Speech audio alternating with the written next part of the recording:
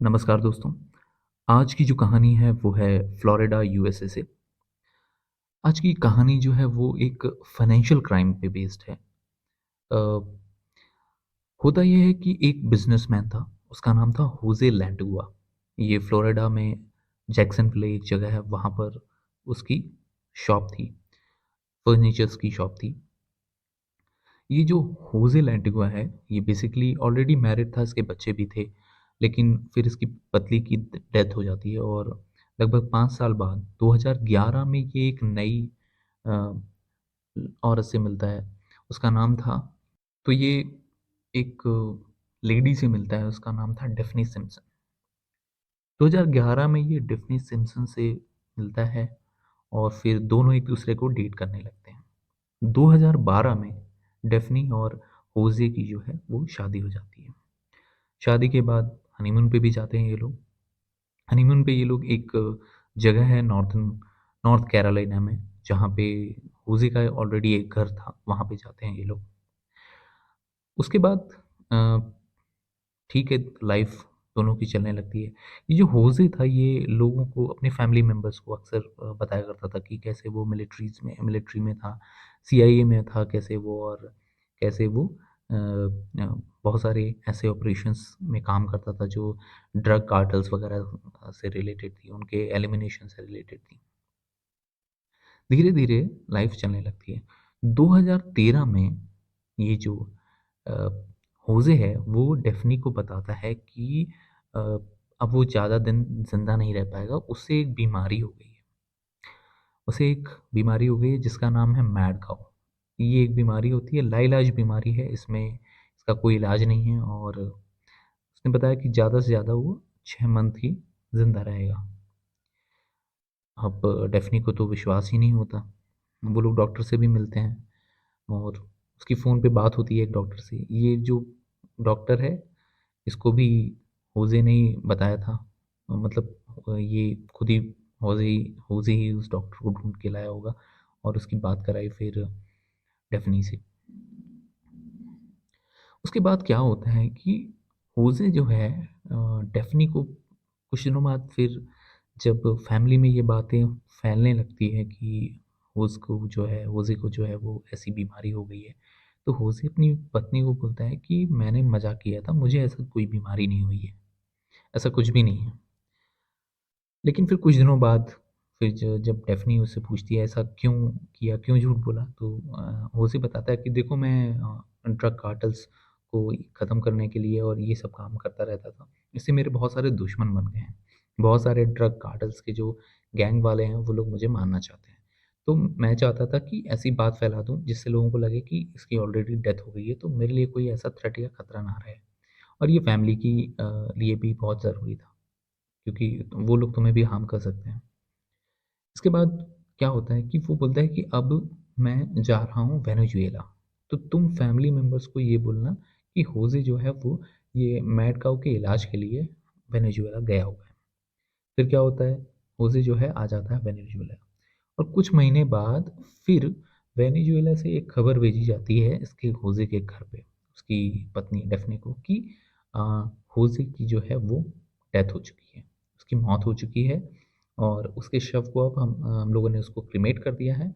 आप चाहें तो उसके जो एशेज़ है, उसको आके कलेक्ट करके ले जा सकते हैं। इसके बाद क्या होता है कि डेफ़नी आती है। डेफ़नी जब आती है तो उसके बाद वो वेनेजुएला आती हैं और यहाँ आके वो एम्बेसी से जो है वो एशेस जो है वो सर्टिफिकेट वगैरह लेती है, डेथ सर्टिफिकेट यूएस एम्बेसी से लेती है। और अब जब डेफ़नी वेनेजुएला आती है तो उसको ये होज़े जो है वहाँ पे मिलता है। डेफ़नी को पता रहता है कि होज़े वहाँ पे ज़िंदा है। वो आती है और होज़े उसको ये भी बताता है कि तुम अपने साथ कुछ $20,000 के आस-पास पैसे लेके आना, यहाँ ज़रूरत पड़ेगी कलेक्ट करने के लिए सर्टिफ़िकेट्स वगैरह और ये सब। जब वो यहाँ आती है, फिर आप सोचिए कि वो यूएस एम्बेसी के बाहर होज़े जो है वो ज़िंदा खड़ा है और उसकी पत्नी अंदर एम्बेसी में जाके डेथ सर्टिफ़िकेट ले रही है उसका। उसके बाद ये लोग जो डेफ़नी है वो तो वापस आ जाती है यूएस और यहाँ के वो क्लेम करती है इंश्योरेंस का। इंश्योरेंस क्लेम का जो अमाउंट था वो था लगभग 6.6 मिलियन, 66 लाख डॉलर। अगर इंडियन करेंसी में अगर इसको हम मेज़र करें तो ये लगभग होता है 80 करोड़ के आसपास, सॉरी 50 करोड़ के आसपास। तो उसके बाद ये 6.6 मिलियन का जो है वो इंश्योरेंस क्लेम कर देती है इंश्योरेंस कंपनीज पे। टोटल क्लेम दो चार कंपनियों के इंश्योरेंस थे, उन 6.6 मिलियन का टोटल अमाउंट था, इतना वो क्लेम कर देती हैं। जाहिर सी बात है इंश्योरेंस कंपनियाँ इतनी आसानी से पैसा नहीं दे देती हैं, तो वो सीधे मना कर देती हैं। वो बोलती हैं कि उसकी डेथ ही नहीं हुई है, हमें हमारे पास कोई प्रूफ नहीं है ऐसा कि आप प्रूफ कर पाओगे डेथ हुई है। डेथ सर्टिफिकेट प्रोड्यूस करते हैं वो लोग, उससे भी कुछ नहीं होता। मामला कोर्ट में जाता है। अब चूंकि यूएस एम्बेसी ने डेथ सर्टिफिकेट जारी कर दिया है, तो फिर क्या होता है कि डेथ अज्यूम कर लिया जाता है और इंश्योरेंस कंपनीज को पैसे पे करने के लिए बोला जाता है, वो पे नहीं करते इतना। वो फिर अपना इन्वेस्टिगेशन शुरू करती हैं। इन्वेस्टिगेशन में जो ये कंपनीज हैं इंश्योरेंस कंपनीज, वो देखती हैं कि 2013 में की थैंक्स गिविंग में नवंबर के आसपास जो है डेफनी जो है वो बहामास गई थी। ये उसके मर्डर के ये उसकी ये सब हो जाने के बाद की बात है। तो 2013 में नवंबर में डेफनी जो है वो बहामास जाती है और वहाँ से वापस आ जाती है। उन्हें ये भी पता चलता है कि बहामास में ये होज़े से मिली थी।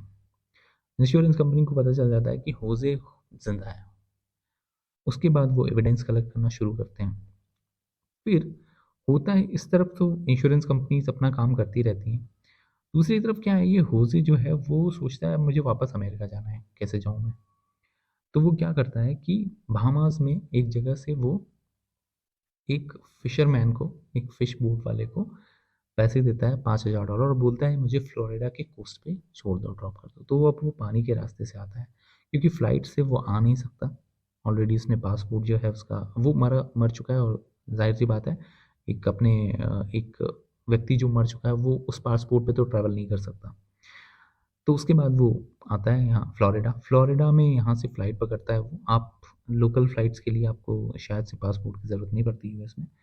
तो फ्लोरिडा से फ़्लाइट लेके वो पहुँच जाता है north Carolina, and north Carolina में उसकी उसकी पत्नी उसको पिक करती है वहाँ से एयरपोर्ट से और ड्रॉप करती है उसी घर में जहाँ पे ये लोग फर्स्ट टाइम हनीमून के लिए गए थे।